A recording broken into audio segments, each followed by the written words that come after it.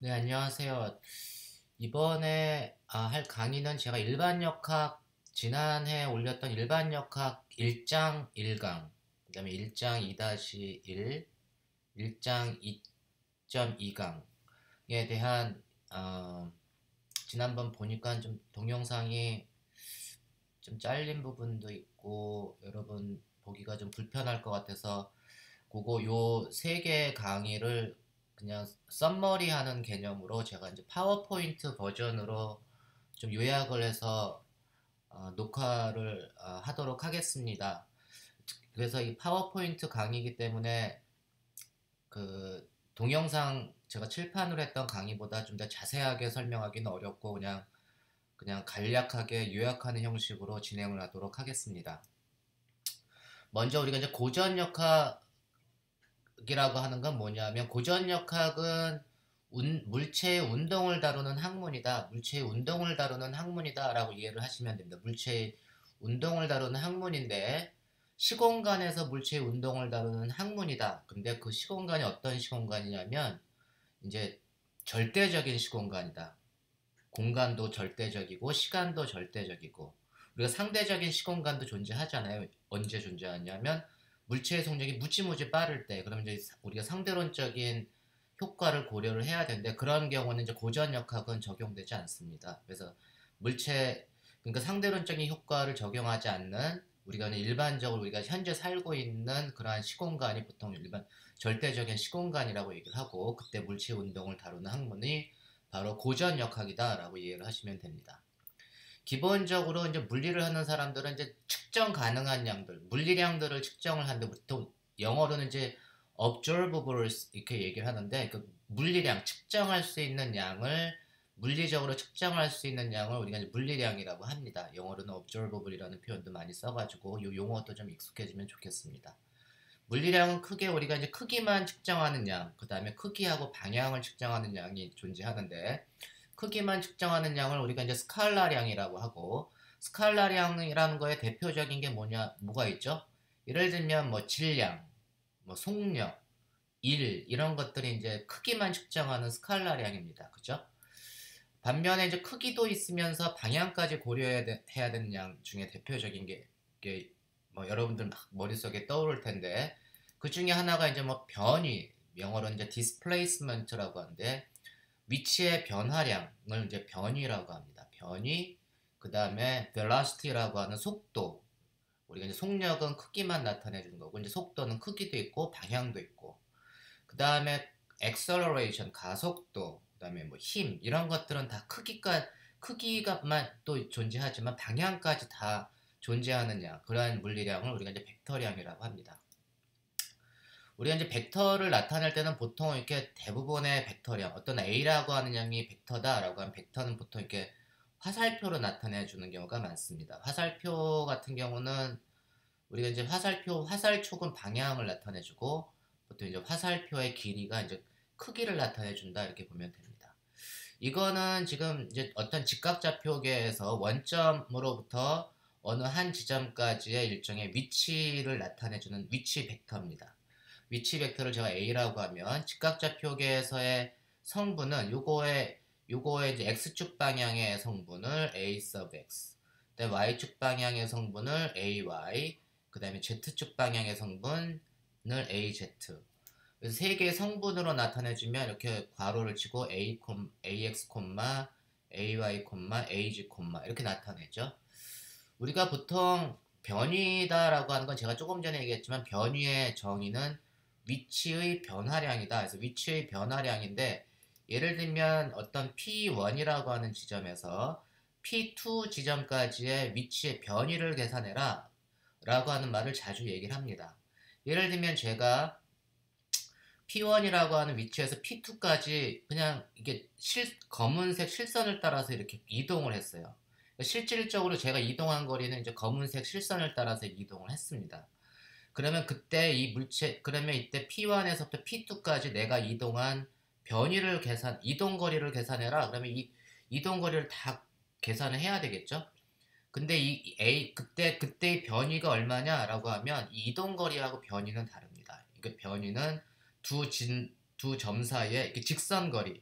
우리가 변위라고 얘기를 합니다. 그래서 변위와 이동거리는 완전히 다릅니다. 그래서 위치의 변화량, 변이라고 하는 게 위치의 변화량이라는 걸 여러분들이 잘 그 이동거리하고 구별을 하실 줄 알아야 되고, 이 변이라고 하는 거의 특징은 이미 위치의 변화량이라고 하니까, 예를 들면 제가 P1이라고 하는 지점에서 3박 4일 돌아서 어디 제주도도 갔다가 저기 뭐 서울도 갔다가 다시 제자리로 돌아왔어요. 그러면 그때 이동 거리는 얼마냐면 무지무지 뭐 많은 거리를 제가 왔다 갔다 했네요. 제주도도 갔다가 뭐 서울도 갔다가 이러니까 그때의 이동 거리는 상당히 긴 거리가 될 겁니다. 근데 다시 집으로 돌아왔어요. P1이라는 지점으로 다시 돌아왔으면 그때 위치의 변화량은 처음 지점하고 나중 지점이 같죠. 그러면 변위가 어떻게 되는 거죠? 변위는 0입니다. 그죠? 이동 거리는 되게 길었는데 변위는 0이에요. 이처럼 변이라고 하는 거는 시작점하고 끝점, 그러니까 스타팅 포인트하고 엔드 포인트에만 의존한다. 그래서 경로가 어떤 경로를 검은색 경로를 따르던 내가 이렇게 막 돌아서 다른 길을 가던 이동 거리가 막 달라져도 두 지점이 딱 고정이 되면 그 두 지점에 대한 변이는 항상 똑같습니다. 그래서 변이는 이동 경로하고는 상관없이 경로에 무관하고 항상 시작점하고 처음점, 시작점하고 끝점, 엔드 포인트에만 의존한다는 것을 이해하시기 바랍니다. 그게 바로 벡터량입니다. 그리고 우리가 이제 제가 여기에 그 세 번째는 뭐냐면 영어로 써놔서 되게 미안한데 이게 물리량의 observable의 unit 하면 단위라는 개념입니다.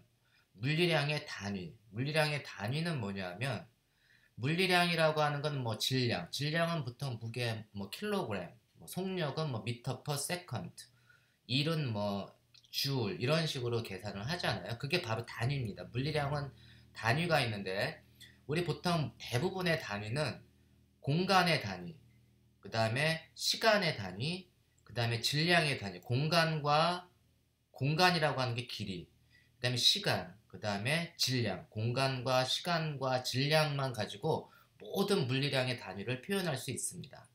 보통 우리가 이제 SI 유닛으로 공간은 거리의 단위는 미터, 그 다음에 시간은 세컨드, 그 다음에 질량은 킬로그램. 요것들의 조합이 뭐 질량도 만들어내고 질량의 단위는 당연히 킬로그램이니까 뭐 속력의 단위, 뭐 일의 단위, 가속도의 단위, 뭐 힘의 단위 이런 걸 다 표현해 줄 수가 있습니다. 나중에 이제 천천히 배울게요. 먼저 이제 그 중요한 건 스칼라량보다 이제 벡터량이라고 하는 거. 벡터량이라고 하는 거는 크기도 있고 방향이 있다고 했잖아요. 그 벡터는 여러 가지 특징이 있습니다. 먼저 벡터는 벡터의 등가성은 영어로는 equality of vectors. 그래서 벡터가 같다는 얘기가 뭐냐? 만약에 A라고 하는 벡터하고 B라고 하는 벡터가 같다. 제가 조금 전에 직각좌표계에서 3차원 공간의 직각좌표계에서 A는 성분으로 나타내주면 AX 성분, AY 성분, AZ 성분 이렇게 나타내줬는데 B도 마찬가지로 3차원 공간에서의 벡터는 X 성분, Y 성분, Z 성분이 있겠죠. 근데 두 개의 벡터가 같다는 얘기는 각각의 성분이 같다 이런 얘기입니다. 그래서 AX하고 BX는 같고 AY하고 BY도 같고 AZ하고 BZ도 같고 각각의 성분이 다 같아야지 두 벡터가 같다 이렇게 우리가 얘기할 수 있습니다. 그림으로 기하학적으로 나타내주면 두 벡터가 같다라고 하는 건 두 벡터가 이렇게 이렇게 서로 교차가 되면 두 벡터가 같은지 모릅니다. 그죠? 완전히 다르죠? 두 벡터가 서로 일치되면 같은 건데 우리가 이제 평행한 거는 일치한 거하고 똑같이 취급을 합니다. 왜냐하면 평행이동을 시켜주면 A하고 B가 일치하면 두 벡터 A하고 B는 같다 이렇게 얘기할 수 있습니다. 이해하셨나요? 그 다음에 이제 두 벡터의 덧셈과 뺄셈, 벡터를 더하거나 빼거나 할 때 두 벡터가 있습니다. A라고 하는 벡터하고 B라는 벡터를 더하거나 뺄 때는 각각의 성분끼리 더해주고 빼주면 됩니다. X 성분은 X 성분끼리 더해주거나 빼주거나, Y 성분은 Y 성분끼리 더해주거나 빼주거나, Z 성분은 Z 성분끼리 더해주거나 빼주거나. 그래서 서로 각각의 그 직각좌표계에서 X, Y, Z는 서로 독립적인 성분이기 때문에 각각의 성분끼리 더해주거나 빼줘야 됩니다. 벡터의 덧셈과 뺄셈은 그림으로 나타내지면 이제 A라고 하는 벡터가 있고 그러고는 B라고 하는 벡터가 화살표로 되어 있습니다. 두 벡터를 더할 때는 예를 들면 A 더하기 B는 A에 제가 여기 시작하는 지점을 꼬리라고 할까요? 꼬리. 그 다음에 화살촉이 있는 걸 머리. 그러면 A의 꼬리하고 B의 머리를 이렇게 연결을 해주면 이제 두 벡터를 더한다는 얘기는 A라고 하는 벡터의 저기 꼬리에 B의 머리를 갖다가 붙여주고 그다음에 A의 꼬리에서부터 B의 머리까지 이렇게 변이같이 계산하는 거죠. 직선으로 연결해주면 그게 두 벡터의 합입니다. 이 벡터의 합성입니다. 여러분들 다 이해할 거라고 생각하고 그럼 뺄셈은 어떻게 되지? A-B는 어떻게 되냐면 A하고 마이너스 B라는 벡터를 더해주는 것하고 똑같겠죠? 그러니까 B라고 하는 벡터가 위쪽으로 향하고 있으면 마이너스 B는 부호가만 반대니까 화살표만 반대로 해주면 됩니다. 요게 빨간색이 검은색 화살표가 B면 빨간색 화살표가 이제 마이너스 B가 될 테고 그럼 빼기라고 하는 A 빼기 B는 뭐냐면 이 A라고 하는 벡터하고 마이너스 B라고 하는 벡터를 더해주는 것과 같겠죠?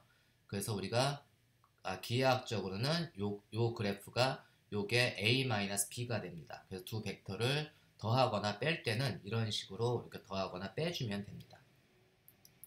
그다음에 벡터의 스칼라 곱이라고 하는 건 뭐냐면 어떤 벡터가 있고 벡터에다가 스칼라량 C라고 하는 스칼라를 곱해준다는 얘기는 벡터 스칼라량을 벡터의 각각의 성분에다 곱해준다고 하는 개념입니다. 그래서 C 곱하기 A 벡터는 C 곱하기 AX 성분, 콤마 C 곱하기 AY 성분, 콤마 C 곱하기 AZ 성분 각각의 성분에 C를 곱해주는 것하고 같고 C는 뭐 벡터의 왼쪽에 곱해줘도 되고 이렇게 벡터의 오른쪽에 곱해줘도 됩니다. 교환 법칙이 성립한다 이런 얘기입니다.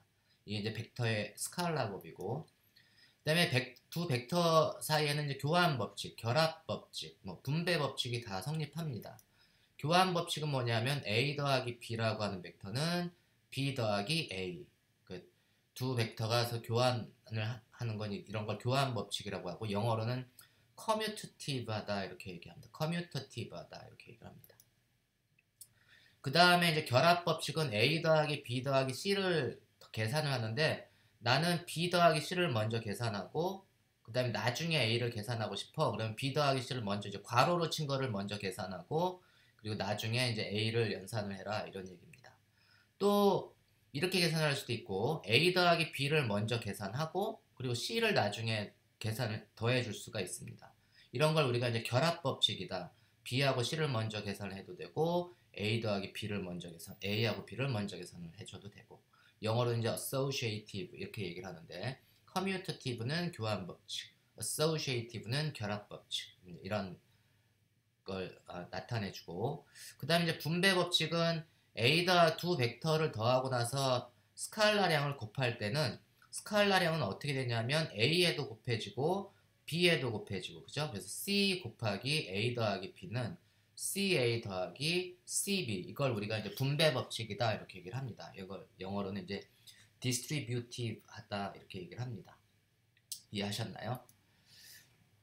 그 다음에는 이제 역학을 우리가 공부를 하게 되면 단위 벡터를 굉장히 여러분들이 잘 이제 활용을 할 줄 알아야 되는데 그 단위 벡터는 영어로는 unit basis vectors 이렇게 얘기해요. unit basis 단위 벡터라고 하는데 단위 벡터는 정의가 뭐냐면 크기가 1인 기저 베이시스 벡터 이게 베이시스를 뭐 번역을 하면 기저라고 얘기를 해서 이제 단위 기저 벡터 이렇게 유닛 베이시스 벡터 베이시스 크기가 1인 단위 벡터인데 조금 전에 제가 이제 A라고 하는 벡터 위치 벡터를 정의할 때 직각좌표계에서 우리가 이제 X 성분, Y 성분, Z 성분을 이렇게 괄호를 치고 성분으로 이제 A, AX, B, AY, AZ, 로 나타내줬지만 이게 이제 벡터량이니까 크기도 있고 방향이 있는 벡터로 내가 쓰고 싶잖아요.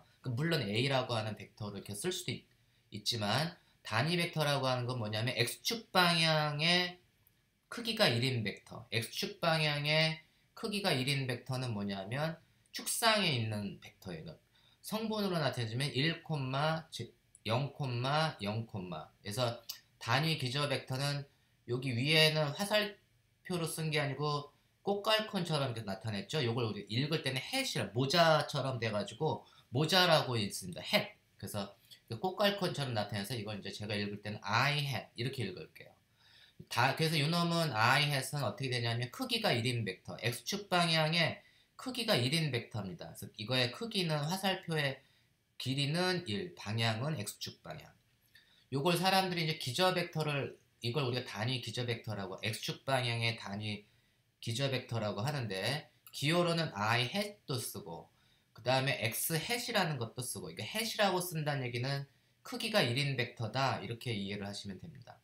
또는 어떤 책에서는 E sub x hat 이렇게 쓰기도 합니다. 그러니까 I hat이라는 기호도 쓰고 EX hat이라는 기호도 쓰고 X hat이라는 기호도 쓰고 그러니까 책마다 이제 기호는 다른데 다 이런 식의 표현을 쓰니까 저도 때때로 이렇게 섞어서 쓸 수도 있어요. 그러면 제가 어떨 때는 I hat으로 쓰다가 어떨 때는 X hat이라고 쓰다가 어떨 때는 EX hat이라고 쓰다가 제가 그렇게 써도 여러분들이 이해하시기 바랍니다. 그럼 Y축 방향의 단위 기저 벡터는 어떻게 되죠? 그러면 얘는 0, 1, 0 그걸 J hat 그래서 요거는 Y축 방향으로 크기가 1인 단위 벡터를 J hat 그래서 요거는 이제 성분으로 나타내면 0, 1, 0 J 대신에 뭐 EY hat 혹은 Y hat 이렇게 쓸 수도 있습니다. 그럼 Z축 방향의 단위 기저 벡터는 당연히 0, 0, 1이 되고 그때는 그거의 단위 기저 벡터를 K hat이라고 쓰고 K hat 또는 뭐 EK hat 혹은 Z hat 이렇게 나타내줍니다. 이해하셨나요?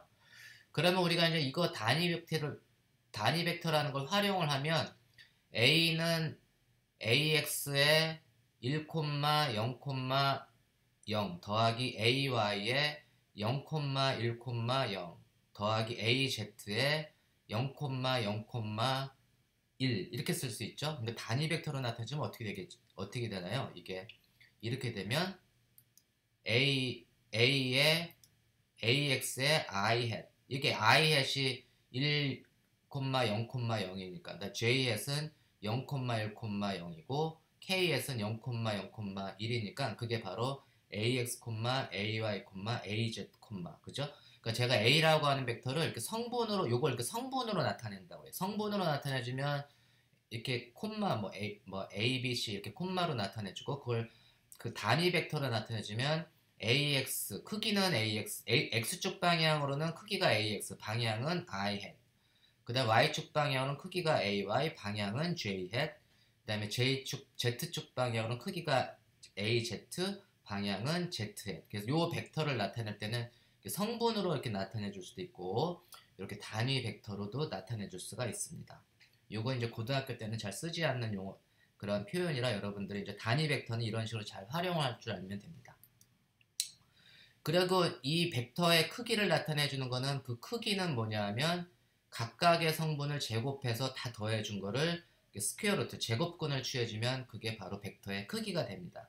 그래서 벡터의 크기는 각각의 성분을 제곱을 해서 다 더해주고 그놈을 최종적으로 제곱근을 취하면 크기가 되고 그때 크기 벡터는 그냥 A라고 쓰고 혹은 A라고 쓰거나 아니면 이 벡터의 절대값으로 이렇게 표현을 해주면 됩니다. 그게 어떤 벡터의 크기를 나타내 줍니다.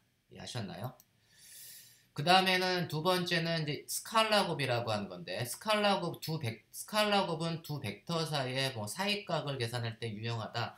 여러분들 스칼라곱은 아마 1학년 때도 배웠고 고등학교 때는 배웠을지는 잘 모르겠네요. 자, 스칼라곱은 보면 제가 예를 들면 두 개의 벡터를 x 프라임 이번에는 제가 여기 다시라고 썼죠. x 다시 y 다시 z 다시인데 저는 다시라는 표현보다는 영어로는 프라임이라고 씁니다. 프라임. 그래서 x 프라임, y 프라임, z 프라임 좌표계, 직각 좌표계를 제가 이제 프라임이라는 걸로 좀 바꿔놨어요. 이 직각 좌표계에서 존재하는 두 개의 벡터 A하고 B가 있습니다. 예를 들면 A라고 하는 벡터가 있고 그리고 이제 B라고 하는 벡터가 있습니다. 그리고 A하고 B 사이에는 이제 각 세타로 이렇게 벌어져 있는 두 벡터가 존재하는데 이 프라임드 된 좌표계에서의 A라고 하는 벡터는 성분이 어떻게 되냐면 제가 이렇게 프라임으로 썼어요. AX 프라임, AY 프라임, AG 프라임. 이렇게 프라임드 된 성분을 가지고 있다고 하고, 프라임 성분으로 나타내줄 수도 있고, 요걸 단위 벡터로 나타내주면 AX 프라임의 I hat 프라임 A 더하기 AY 프라임의 J hat 프라임 더하기 AG 프라임의 K hat 프라임.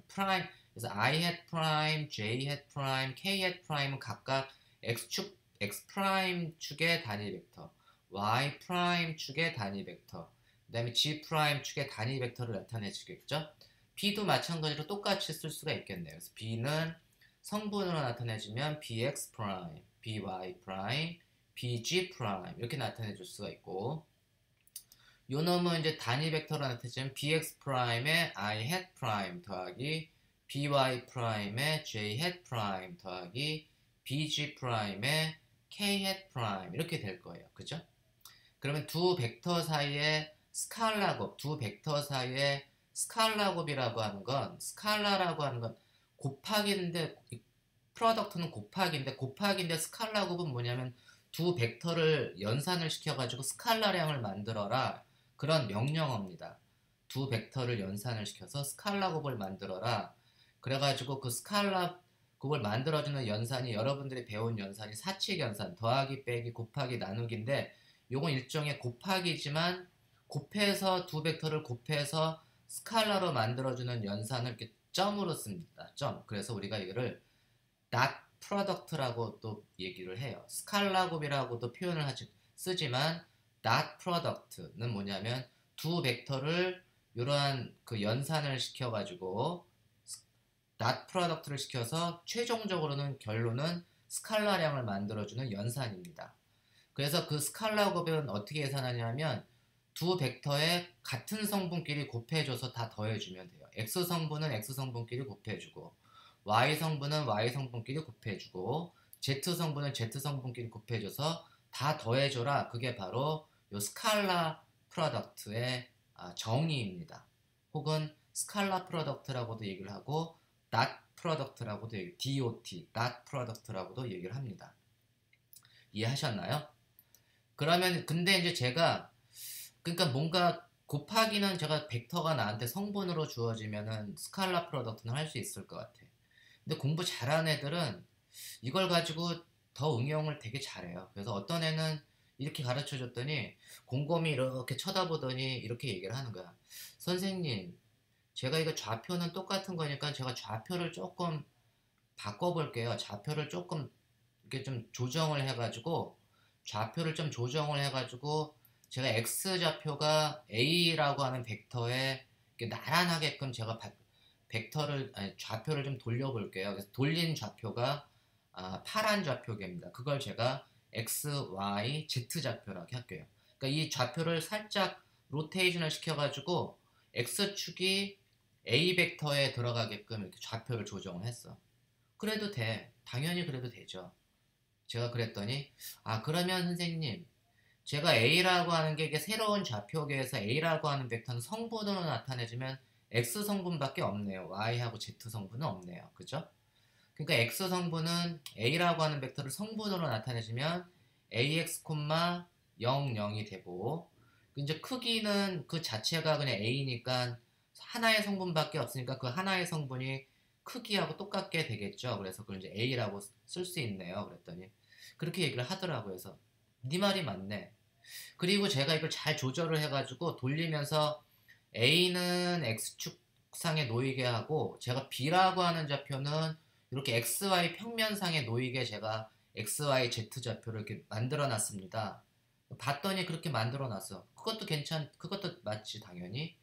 그랬더니 이제 B는 Z 성분은 없는 거예요. XY 평면상에서만 놓여 있기 때문에 X 성분하고 Y 성분만 존재하겠죠. B는 이렇게 쓸 수 있어요.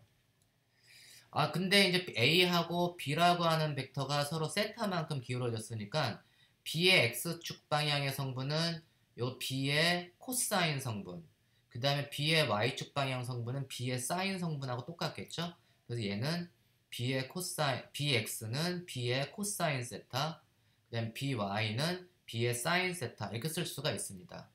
야, 너 되게 근사하게 잘하네. 이거 그러니까 이렇게 쓴 거하고 이렇게 쓴 거하고 지금 벡터는 안 변했잖아요. 안 변하고 내가 좌표만 살짝 좀 조정을 해가지고 A하고 B를 다시 그 새로운 좌표계에서 쓴 겁니다. 그죠?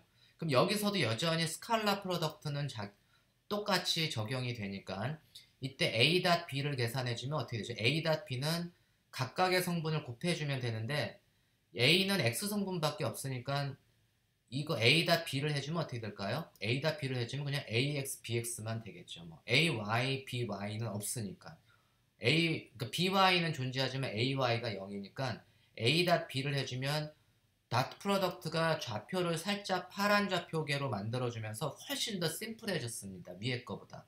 그렇죠? 그래도 여전히 A.B는 똑같아야 돼요. 결과는 똑같아야 돼요.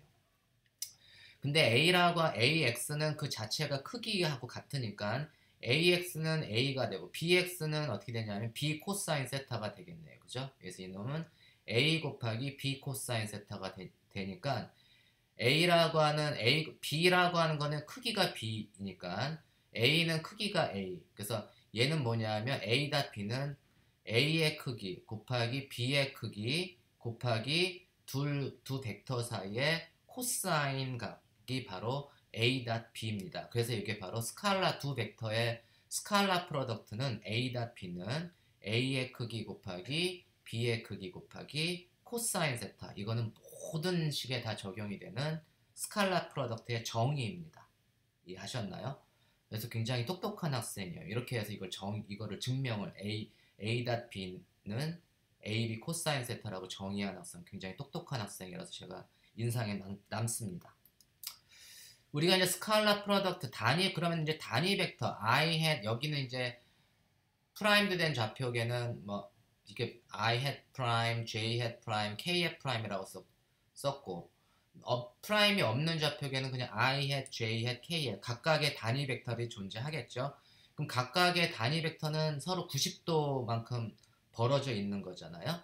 그러니까 90도 코사인 세타가 서로 다른 놈은 90도, 같은 놈은 0도가 되겠죠. 그래서 그 서로 같은 놈끼리는 I hat dot I hat, J hat dot J hat, K hat dot K hat은 AB 코사인 0도, 크기가 1이니까 이놈은 그 스칼라 프로덕트를 시켜주면 1이 되는 거고 서로 다른 놈은 90도만큼 벌어져 있으니까 I dot J hat, 뭐 J dot K hat, 그리고 뭐 K dot I hat 이런 놈들은 서로 코사인 90도가 되니까 0이 되는 거예요. 그죠? 그래서 단위 벡터들은 스칼라 프로덕트를 해주면 I dot I hat J 같은 놈끼리는 1, 서로 다른 놈끼리는 0이 된다는 걸 우리가 쉽게 알 수가 있습니다. 이게 단위 벡터의 스칼라 프로덕트예요.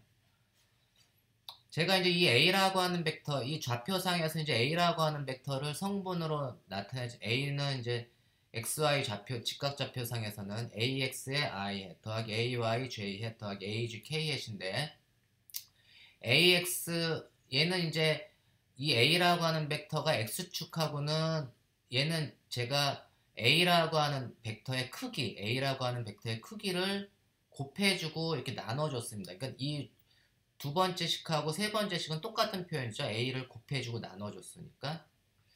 근데 제가 이제 X방향 X축하고 A가 이루는 각을 제가 알파, 그 다음에 그 Y축하고 A가 이루는 각을 제가 베타, 그 다음에 Z축하고 A가 이루는 각을 제가 감마, 이렇게 둘게요. 근데 이제 A하고 알파, 뭐 베타 이거는 조금 잘 안 보일 수 있지만 예를 들면 AZ 성분은 Z축하고 A가 이루는 각이 감마잖아요. 그럼 AZ는 얼마일까요? AZ는 A라고 하는 벡터의 코사인 프로젝션, A라고 하는 벡터를 코사인 감마로 투영을 시키면 그게 AZ 성분이 되겠죠?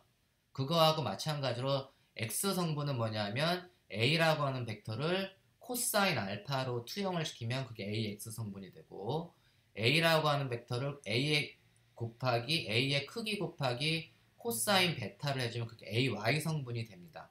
그러니까 요게 지금 3차원이라서 그런데 요거 감마를 보면 금방 알 수가 있어요. 그죠? 그래서 얘는 뭐냐면 AZ는 A 코사인 감마, 그 다음 AX는 얼마냐면 A의 코사인 알파입니다. 그러니까 그 다음에 AY 성분은 뭐냐면 A의 코사인 베타. 그래서 여기 안쪽에 있는 A는 그래서 캔슬이 되지만 여전히 바깥에 있는 A는 여전히 남아있잖아요. 그래서 이놈은 A라고 하는 벡터는 요 A라고 하는 벡터하고 축이 이루는 앵글로 나타내주면 그게 바로 크기는 A, 그 다음에 I 햇의 코사인 알파 더하기 J 햇의 코사인 베타 더하기 K 햇의 코사인 감마 이렇게 쓸 수 있습니다. 이것도 이해하셨나요? 그럼 요거를 제가 이제 성분으로 나타내주면 얘는 A의 코사인 알파, 콤마, 코사인 베타, 콤마, 코사인 감마, 콤마 이렇게 나타내 줄 수가 있어요. 이해하셨나요? 이거를 갖다가 제가 이제 이렇게 쓸 수가 있겠죠. 그럼 A라고 하는 벡터는 크기가 A이고 방향은 n 햇이라고 할게요. 방향은 이 A라고 하는 벡터는 크기가 A이고 방향은 그냥 A가 이루는 방향.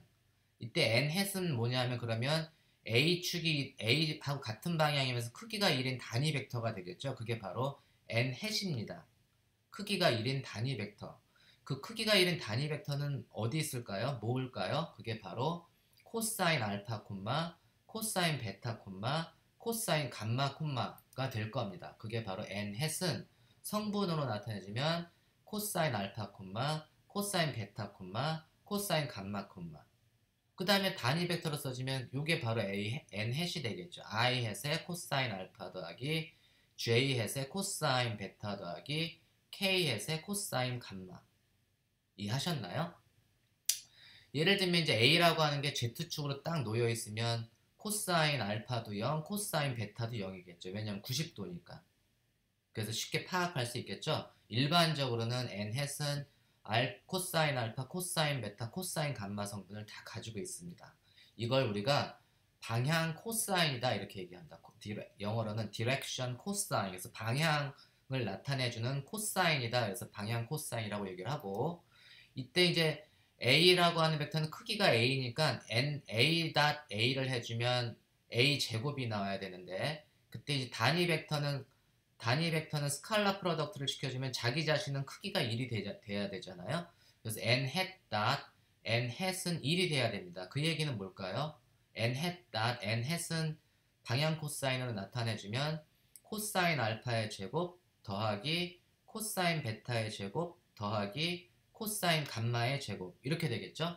그래서 그게 1이 돼야 됩니다. 그래서 얘는 구속 조건이 존재해요. 코사인 알파의 제곱 더하기 코사인 베타 제곱 더하기 코사인 감마 제곱은 항상 1이 돼야 됩니다. 그게 방향 코사인의 구속 조건이에요. 이해하셨나요? 우리가 이제 이러한 그러면은 그 스칼라 프로덕트를 언제 썼냐? 예를 들면 A라고 하는 벡터가 있고 B라고 하는 벡터가 있는데 두 벡터가 이제 세타만큼 벌어져 있어요. A라고 하는 벡터는 크기는 A이고 방향은 제가 n 햇으로 이렇게 한번 써볼게요. n 햇은 뭐냐면 요 A축 A 방향의 크기가 1인 단위 벡터가 n 햇이에요. 그러면 우리가 이제 이걸 A라고 하는 벡터를 화살표의 길이는 A, 방향은 n 햇 방향이구나 이렇게 쓸 수가 있습니다. 우리가 이제 이 B라고 하는 벡터를 A축 방향의 성분을 계산을 하려면 요 놈의 이제 수선을 내려가지고 그 A축 방향의 성분을 계산할지면 요 성분은 얼마가 되나요? 요 성분은 B로 나타내지면 B의 그렇죠. 코사인 세타, B 코사인 세타가 요 성분이잖아요. 그러면 우리가 이제 B 코사인 세타는 어떻게 계산하느냐? B 코사인 세타는 A.B를 해주면 그게 뭐죠? A.B를 해주 스칼라 프로덕트를 시켜주면 AB 코사인 세타라고 했죠. 그래서 A.B는 AB 코사인 세타인데 얘는 내가 구하고자 하는 거는 B 코사인 세타니까 A.B를 A로 나눠주면 그게 바로 B 코사인 세타가 되겠죠. 혹은 B.A는 이거 분모에 있는 A를 좌변으로 이항시키면 AB 코사인 세타는 A.B 혹은 B.A 그죠? 그래서 이렇게 쓸 수가 있습니다. 그럼 이렇게 쓸 수 있고 제가 이제 얘를 B.A분의 A의 크기분의 A 벡터 이렇게 나타낼 수도 있잖아요. 근데 이제 어떠한 벡터를 자기 자신의 크기로 나타내주면 그게 바로 크기가 1인 벡터입니다. 그게 여기서는 어떻게 되죠? A 벡터 나누기 A가 뭐죠? n 햇이죠? 얘는 B.n 햇 이렇게 쓸 수가 있어요. 그러니까 어떠한 벡터를 자기 자신의 크기로 나타내준 게 그게 그쪽 방향의 단위 벡터, 그쪽 방향의 단위 벡터를 나타내 준다라는 걸 이제 많이 쓰니까 여러분들이 익숙해지기를 바랍니다. 이게 이제 B.A는 B 코사인 세타예요. B.N은 이게 이제 방향 코사, 우리가 이제 스칼라 프로덕트는 이렇게 쓰고, 그럼 우리가 스칼라 곱을 스칼라 곱을 이용해가지고 계산할 수 있는 물리량이 뭐냐면, 이제 어떤 물체에 힘이 이렇게 작용을 해. F라는 힘이 수평면에 대해서 세타의 방향으로 작용을 하는데, 이 힘이 작용을 해서 이 물체를 지금 빨간 선을 따라서 움직였어요. 이렇게 쭉 움직였어요. 그럼 그때까지 이동한 거리를 델타 S라고 할게요. 이거는 같은 이동한 거리나 이 경우는 직선으로 움직였으니까 방향도 안 바뀌었으니까 이동한 거리나 변이나 이 경우는 이제 방향까지 고려해주면 델타 S는 방향이 오른쪽 방향으로 그 방향이 있기 때문에 이걸 변이라고 우리가 얘기를 해줄 수 있습니다. 이렇게 델타 S만큼 이동했을 때 이 힘이 한 일은 어떻게 되나요? 힘은 F 곱하기 델타 S인가요? 아니죠. F 어떻게? 코사인 세타 곱하기 델타 S 이렇게 배웠죠? 그게 뭐냐면 이 코사인 그 어떤 물체에 힘이 작용했을 때 힘이 작용해서 물체를 이동시켰을 때 그때 힘이 한 일은 이 F의 크기가 다 일을 해준 게 아니고 그 이동한 방향으로 작용한 힘의 성분, 그게 바로 F 코사인 세타잖아요. 보통은 얘기할 때 힘 곱하기 힘의 방향으로 이동한 거리 이런 식으로 얘기를 하지만 뭐 그렇게 얘기를 하는 게 조금 어색해서 사실 이동한 방향으로 작용한 힘의 성분이 F 코사인 세타잖아요. 그죠?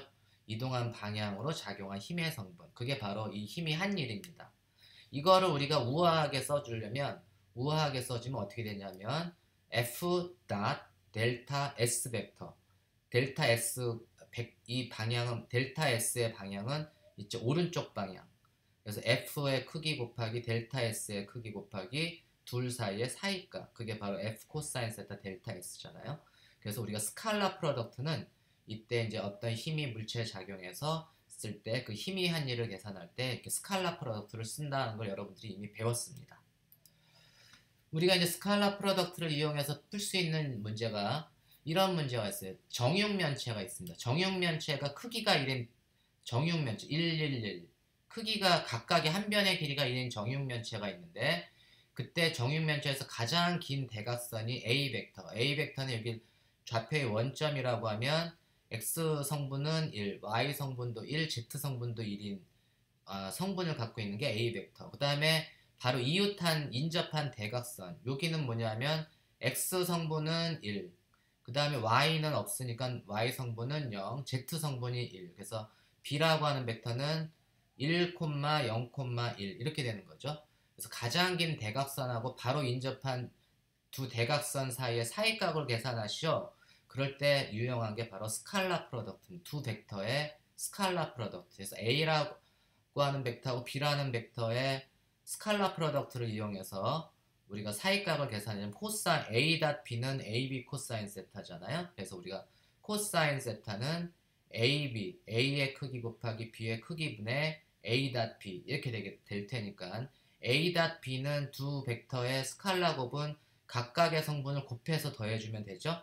그래서 얘는 분자는 1 곱하기 1 더하기 1 곱하기 0 더하기 1 곱하기 1 그러면 되겠네요. 그래서 얘는 1 더하기 0 더하기 1 그게 두 벡터의 스칼라 프로덕트고 A의 크기는 루트 1제곱 더하기 1제곱 더하기 1제곱 루트 3 얘는 B의 크기는 루트 2 그래서 둘 사이의 코사인 사이각은 루트 6분의 2 혹은 루트 3분의 2가 됩니다.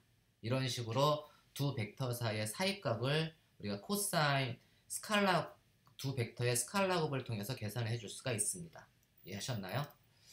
그 다음에 이제 벡터 곱은 여러분들이 이제 새로 배우는 거라 굉장히 어려웠을 수 있는데 두 벡터의 그 벡터 곱을 제가 그 일반 역학 1장 2강 2.2강에서 제가 직접 유도를 한번 했는데 그 유도한 과정을 여기서는 생략을 하겠습니다. 여러분들이 그걸 정말 유도를 하고 싶으면 그 동영상을 보시면 됩니다.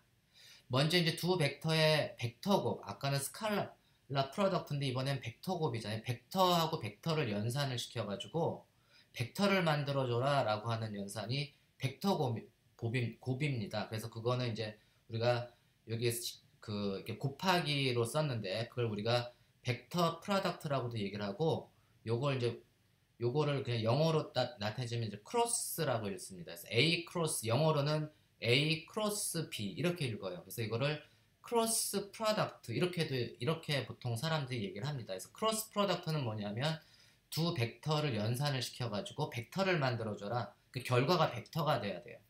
이 크로스 프로덕트를 계산하는 방법은 이제 행렬을 이용을 해야 되는데 행렬이라고 하는 거는 삼행삼렬.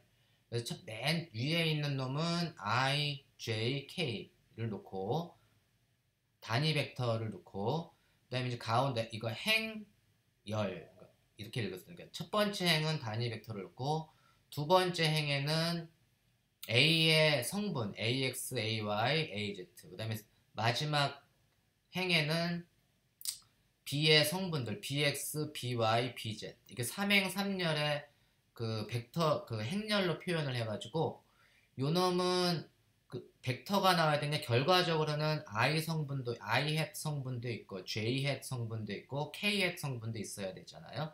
그래서 I hat 성분을 계산을 하려면 요 I hat 성분 X축 방향의 I hat 성분을 계산하려면 요거를 동그라미를 쳐서 여러분들이 요걸 포함하는 행하고 열을 이렇게 싹 지워줘요. 행하고 열을 싹 지워주면 남는 건 뭐냐면 요놈 AY, AZ, BY, BZ만 남죠. 그래서 그 I hat에 해당되는 거는 I를 포함하는 행하고 I를 포함하는 열, 행하고 열을 지워준 나머지를 삼행삼열을 이제 2행 2열로 줄여준 겁니다. 좀 생소하죠? 그냥 여러분들이 좀 이해를 하시면 됩니다. 그 다음에 이제 J hat 방향의 성분도 있을 텐데 J hat 방향의 성분은 그 성분을 계산하려면 J hat 방향을 포함하는 행하고 열을 지워주면 돼요. 그러니까 행은 아까처럼 똑같이 행을 지워주고 열을 지워주면 남는 건 뭐죠? AY, BY를 지워줬으니까 여기 AZ하고 BZ, AX, BX가 살아있죠? 근데 그거 내가 이거 행하고 열을 지웠을 때 오른쪽에 있는 거 먼저 써주면 돼요. 그래서 J의 성분은 요 놈을 먼저 써줘. AZ, BZ 먼저 써주고 그러니까 내가 지운 놈의 오른쪽에 있는 거 먼저 써주고 그 다음에 나머지 걸 써주고 그러니까 AZ, BZ, AX, BX 이렇게 써주면 됩니다. 그러니까 삼행삼열을 지금 2행 2열로 줄여놨어요. 그 다음에 K 성분은 어떻게 될까요? K 성분을 계산하려면 이 K를 포함하고 있는 행하고 열을 지워지면 요 놈만 남죠? 요 놈만 싹 남아서 K의 성분은 AX, AY, BX, BY가 남습니다. 그래서 지금 요 놈은 뭐냐 하면 삼행삼열을 2행 2열로 줄여줬어요. 그리고 결론적으로는 뭐냐 하면 X축 I의 성분도 있고 J의 성분도 있고 K의 성분도 있어요. 이게 여러분들이 이거를 이제 계산할 때 그 연산하는 방법은 여기가 X라고 이게 I hat이 X에 해당되고 X hat 여기 이제 J hat이 Y축에 해당되고 K hat이 Z축에 해당되는 거잖아요.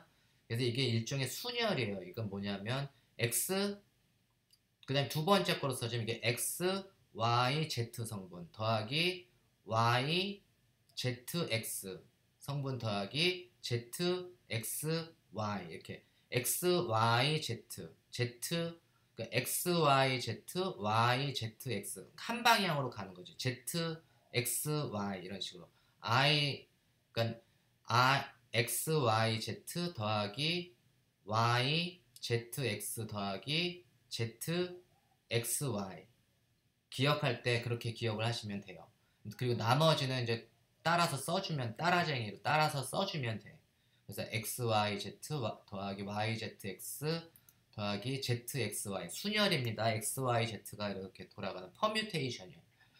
그리고 이제 2행 2열을 계산할 때는 요놈을 계산할 때는 대각선 성분 오른쪽 대각선 AY, BZ를 곱해주고 그놈 그 다음에 AZ, BY를 곱해서 빼주면 돼요. I 성분은 뭐냐 하면 AY 곱하기 BZ 빼기 AZ 곱하기 BY 이해하셨나요? Y는 어떻게 해서 여러분이 한번 계산해 볼까요? J의 성분은 AZ, BX 빼기 AX BZ AZ BX 빼기 AX BZ 그 다음에 K의 성분은 AX BY 빼기 AY BX 이렇게 해주면 됩니다. 그러면 우리가 크로스 프로덕트를 이제 다 완성을 했어요. 그래서 항상 기억을 할 때는 이 두 번째 있는 놈이 X 그러니까는 요거를 항상 먼저 중간에 써주면 XYZ XYZ 빼기 ZY 이렇게 해주는 거예요. XYZ를 항상 먼저 XYZ 더하기 YZX 더하기 ZXY 나머지 뒤에 마이너스는 이제 요 순서를 바꿔줘가지고 AZ, BY 뭐 AX 요거 X하고 Z를 바꿔서 AX, BZ 이런 식으로 여러분들이 기억을 하시면 됩니다. 이해하셨나요? 요건 여러분들이 조금 더 한번 유심히 봐주세요. 그러면 이제 그러면 이제 이거의 크기를 계산해 주면은 각각의 성분을 제곱을 해서 다 더해준 거를 제곱근을 취해주면 그게 크기가 되는 거겠죠. 그래서 A 크로스 B의 이거는 크기의 제곱은 요 놈의 제곱 더하기 얘 제곱 더하기 얘 제곱이 그 크기의 제곱이 되죠. 요거는 제가 1장 2-2.2의 동영상에서 제가 자세하게 유도를 했습니다. 그래서 여러분들이 그걸 더 궁금하면 그걸 참조하시면 됩니다. 그래서 결과적으로는 그거의 크기를 계산해주면 a제곱 곱하기 b제곱 빼기 a.b의 제곱이라는 결과가 나옵니다. 그러니까는 a 크로스 b의 크로스 프로덕트 혹은 벡터 프로덕트 제가 계속 섞어서 쓸게요. 벡터 프로덕트는 이렇게 크로스 프로덕트라고도 읽고 요놈은 두 벡터를 연산해서 벡터를 만들어주는 연산이다 라고 이해를 하시면 됩니다. 요놈의 크기는 뭐냐면 A 크로스 B의 크기는 AB 빼기 A.B니까 얘가 뭐 A.B가 AB 코사인 세타잖아요. 그래서 이제 이거의 크기는 AB 곱하기 1 빼기 코사인 제곱 이게 제곱이 이거 제곱이 있으면 안 되고 제곱근이 있어야 되죠. 요거는 이제 스퀘어 루트 1 빼기 코사인 제곱인데 이게 제곱이 있으면 안 되고 요건 스퀘어 루트가 돼야 되겠네요. 요놈은 제가 여기서 지금 쓸까요? 스퀘어 루트로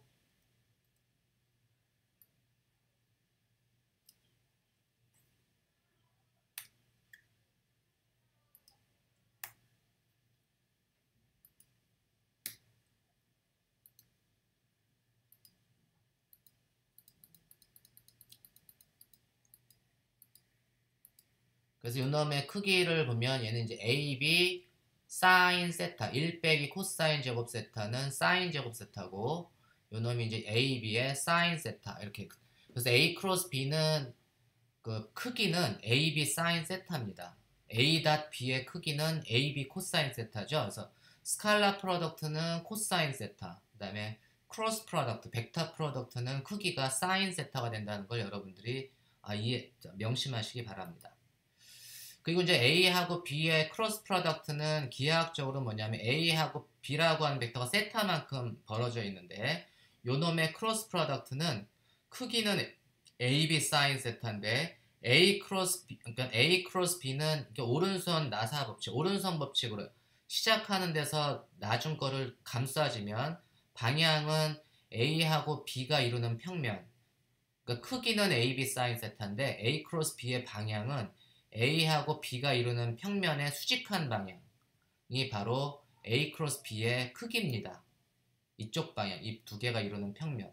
A 크로스 B는 일반적으로 크기가 AB 사인 세타를 해주면 뭐가 되냐면 A 곱하기 B 사인 세타잖아요. 그게 뭐냐면 이게 평행사변형의 그 A하고 B 벡터가 이루는 평행사변형의 면적을 계산하는 거하고 똑같습니다. A 크로스 B는.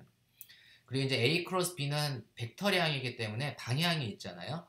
그래서 A 크로스 B는 거꾸로 제가 B 크로스 A 크로스 B를 해주면 이게 보이나요?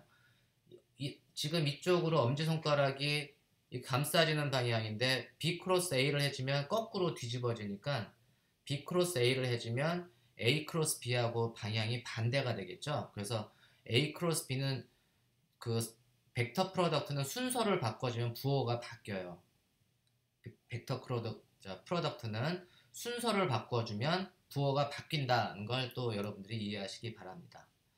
그러면 우리가 단위 벡터에 적용을 해주면 단위 벡터는 우리가 이제 크기는 A, B 두 벡터의 크로스 프로덕트는 사인 세타니까 그 단위 벡터는 I, J, K 단위 벡터는 서로 90도니까 사인 90도 서로 다른 놈의 같은 놈끼리는 0도니까 사인 0은 0 그래서 I 크로스 I hat, J 크로스 J hat, K 크로스 K hat은 0이 되는데 I 크로스 J, X하고 Y를 그 크로스 프로덕트를 시켜주면 단위 벡터를 시켜주면 방향은 Z 방향, X, Y, Z 이렇게 되잖아요.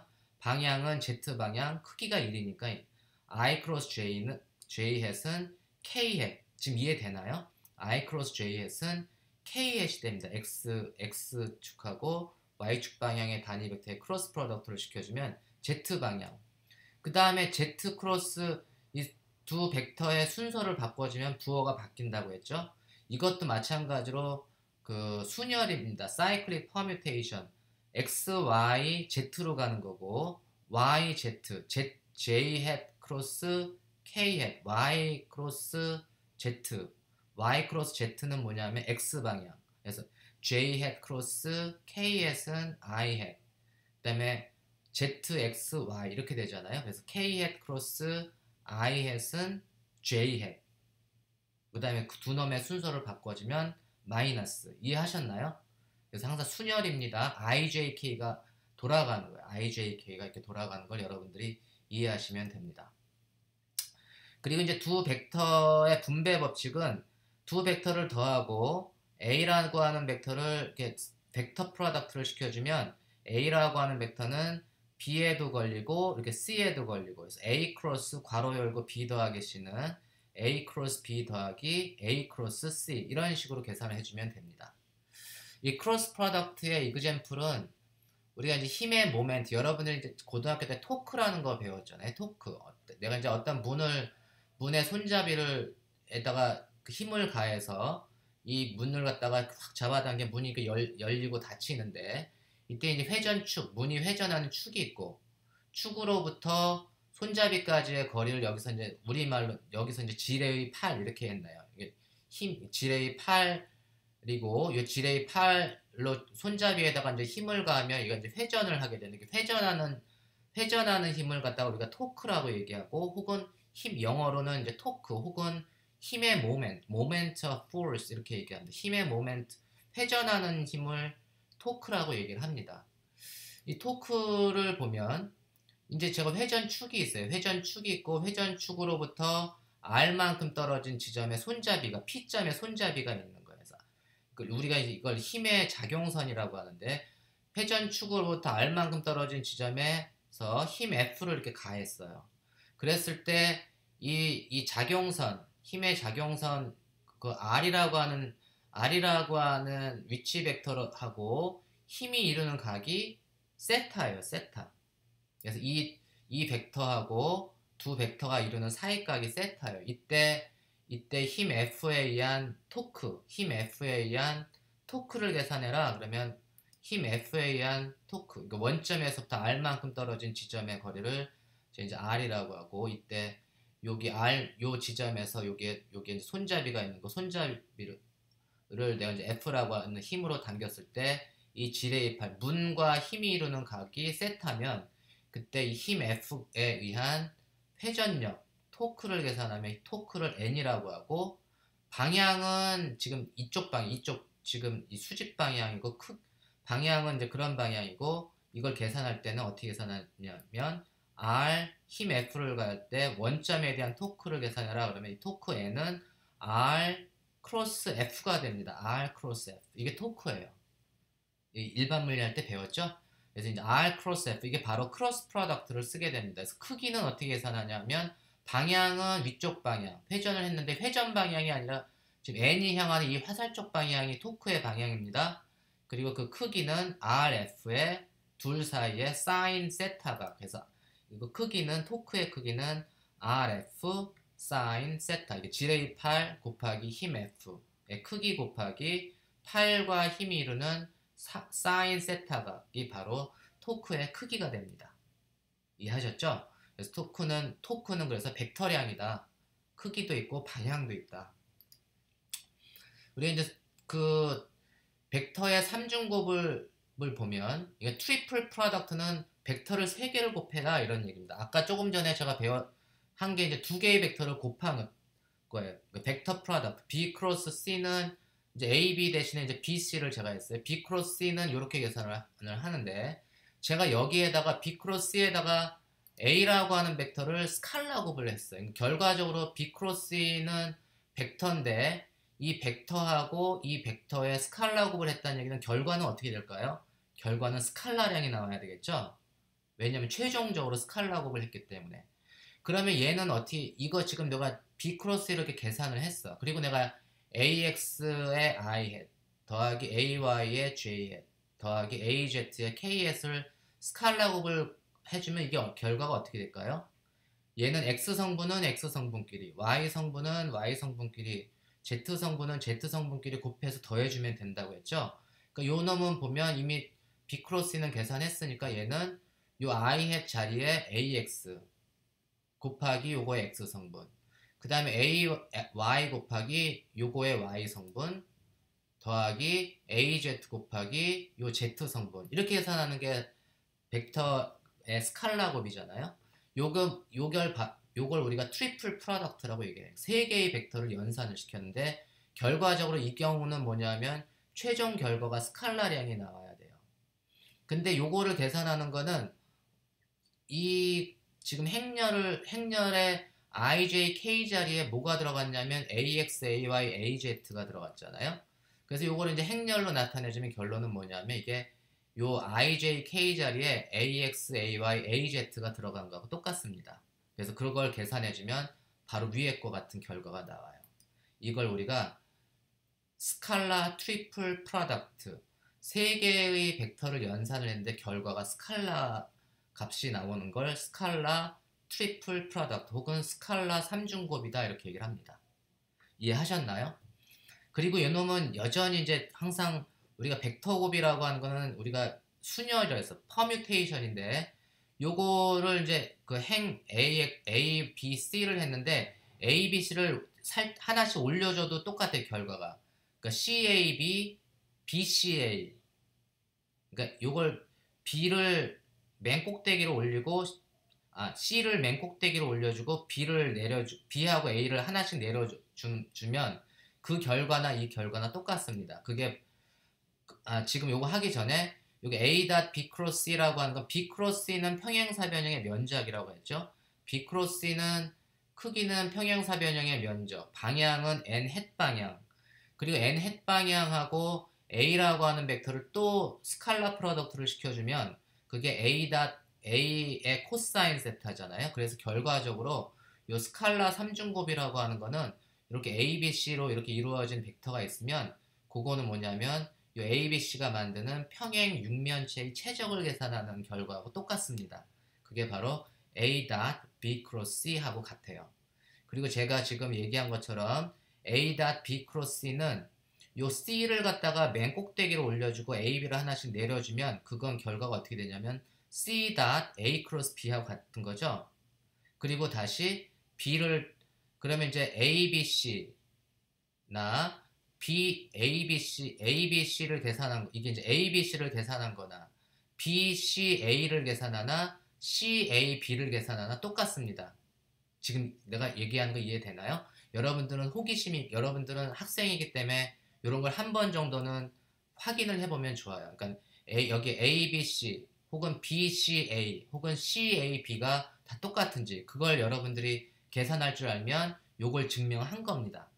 그래서 A.B 크로스 C는 B.C 크로스 A. 그러니까 순서가 굉장히 중요해요. 그러니까 그냥 곧바로 간 A, B, C, B, C, A, C, A, B 이렇게 퍼뮤테이션 순열로 그냥 가는 거예요. 그게 방향이 바뀌면 부호가 반대가 돼요. 예를 들면 BC가 아니라 CB가 되면 부호가 바뀌잖아요. 그래서 그걸 항상 조심하시고 여러분들이 계산을 한번 훈련을 해보시면 좋을 것 같습니다.